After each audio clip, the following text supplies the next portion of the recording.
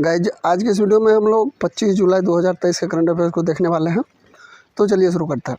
देखिए सबसे पहला जो करंट अफेयर्स है वो है कच्छ के छोटे रन में नमक पानी श्रमिक। देखिए मैं इसको समझाता हूँ आप लोगों को। देखिए यहाँ पे क्या है ना, आपके गुजरात के एरिया में जो भी मतलब तटीय इलाका है उधर ना नमक निकालने का काम किया जाता है।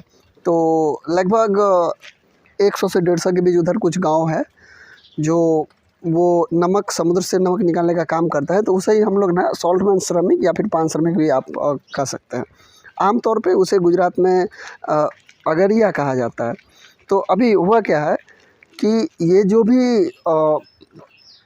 जो भी श्रमिक है सॉल्टमैन श्रमिक, ये अभी गुजरात के मुख्यमंत्री को एक ज्ञापन सौंपा है जिसमें इन्होंने बोला है कि उसे ये जो है छोटे रन उधर जाने से प्रतिबंधित कर दिया गया है। तो उसे उधर जाने के लिए इसको परमिशन के लिए इन्होंने अभी मुख्यमंत्री को ये दिया है, आपका ये ज्ञापन सौंपा है।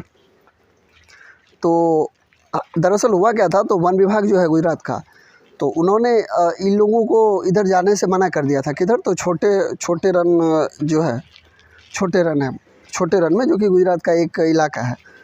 तो अभी ये मना क्यों कर दिया? क्योंकि देखो अभी ये पॉइंट आप देखें तो यहाँ पे देखिए ये जो है ना छोटे रन को क्या किया गया था, तो वर्ष 1972 में जंगली गधा अभयारण्य घोषित किया गया था। जंगली गधा जो होता है ना, जिसको आप खच्चर कहते हैं, तो उसका अभयारण्य घोषित कर दिया गया था। तो इस वजह से इन लोगों को इस जंगल में जाने से बैन कर दिया गया था। तो अब एक चीज़ जो आपको जो एग्ज़ाम के हिसाब से ध्यान रखने हैं, सबसे पहला यही बात कि छोटे रन और कच्छ जो है उसे वो किस चीज़ का अभयारण्य है, तो जंगली गधा का है। और इसे कब बनाया गया था? तो ये 1972 में बनाया गया था। नेक्स्ट हम लोग चलते हैं। ये देखिए जंगली गधा के बारे में, जंगली गधा अभयारण्य जो है ना, इसके बारे में हम कुछ जान लेते हैं विशेष बात। तो आपको ये पता होना चाहिए कि ये जंगली गधा अभयारण्य का है, भारत के गुजरात राज्य में है और गुजरात राज्य के छोटे रन में स्थित है। और पूरा भारत में ये गधा जो होता है, जंगली गधा, इसके मतलब इसका बस एकमात्र यही अभयारण्य है जहाँ पे मतलब जंगली गधा रहता है ये। तो चलिए अगला देखते हैं। इसमें रेवाड़ी और ये भरवाड़ जनजाति इसमें निवास करता है। आपका ये जो है ना आपका जंगली गधा अभयारण्य, तो इसमें रेवाड़ी और भरवाड़ का जो जनजाति होता है ये भी इसमें निवास करता है। आपको ये ध्यान रखना है। अभी चलिए हम लोग दूसरा न्यूज़ देखते हैं। दूसरा न्यूज़ क्या है हमारे पास, तो हरियाणा के कैथल ज़िले में क्या हुआ है कि महिर भोज का जो प्रतिमा होता है ना, मूर्ति, तो इसका अनावरण किया गया है। कहाँ पे? तो हरियाणा के कैथल ज़िले में। ठीक है, अब महिर भोज के बारे में थोड़ा सा जान लेते हैं। तो महिर भोज या फिर इसको भोज प्रथम कहते हैं। तो ये क्या था? ये प्रतिहार वंश का ना सबसे महान शासक था। अगर यदि एंशियंट हिस्ट्री अगर आप जानते हो तो वहाँ पे आप गुर्जर प्रतिहारा ये वंश आप पढ़े होंगे। तो ये प्रतिहार वंश का सबसे महान शासक था महिर भोज। और इन्होंने क्या किया था ना, कन्नौज को अपना राजधानी बनाया था। ये विष्णु का भक्त था और इसीलिए इन्होंने क्या किया था, वराह और प्रभास जैसे उपाधि भी धारण किया था।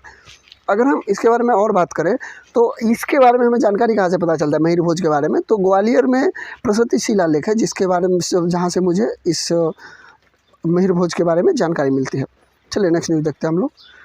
नेक्स्ट न्यूज़ है हमारा कि कैनबिस मेडिसिन परियोजना। तो ये कैनबिस मेडिसिन परियोजना जो है, ये सबसे पहले आपको ये ध्यान रखना है, जब भी कोई परियोजना न्यूज़ में आता है तो सबसे पहले आपको ये ध्यान रखना है कि ये किसका है, मतलब ये लॉन्च किसने किया है या फिर किसने जारी किया है। तो ये जो है ना कैनबिस परियोजना, इसको भारत सरकार ने कैनबिस मेडिसिन परियोजना के तहत जारी किया था। और स्पेशली इस परियोजना के अंदर होगा क्या, तो न्यूरोथेरेपी, कैंसर और मिर्गी जैसे जो भी बीमारियां होती है ना, इस सब के लिए इसको बनाया गया है। मतलब इस सब से रिलेटेड मेडिसिन बनाया जाएगा और इस सब के रिलेटेड जो रोगी होगा इन सबको बहुत ही फ़ायदा मिलेगा। तो अभी और इससे और एक काम क्या होगा, तो जम्मू कश्मीर में जैसे क्योंकि ये जम्मू में लॉन्च किया गया है, तो इससे क्या होगा, जम्मू कश्मीर में जो निवेश आता है वो भी बढ़ेगा। चलिए हम लोग अगला न्यूज़ देखते हैं। तो गाइस अगला न्यूज़ जो है हमारा, अगला बाल गंगाधर तिलक के बारे में। तो बाल गंगाधर तिलक के बारे में सबसे पहले जान लेते हैं। तो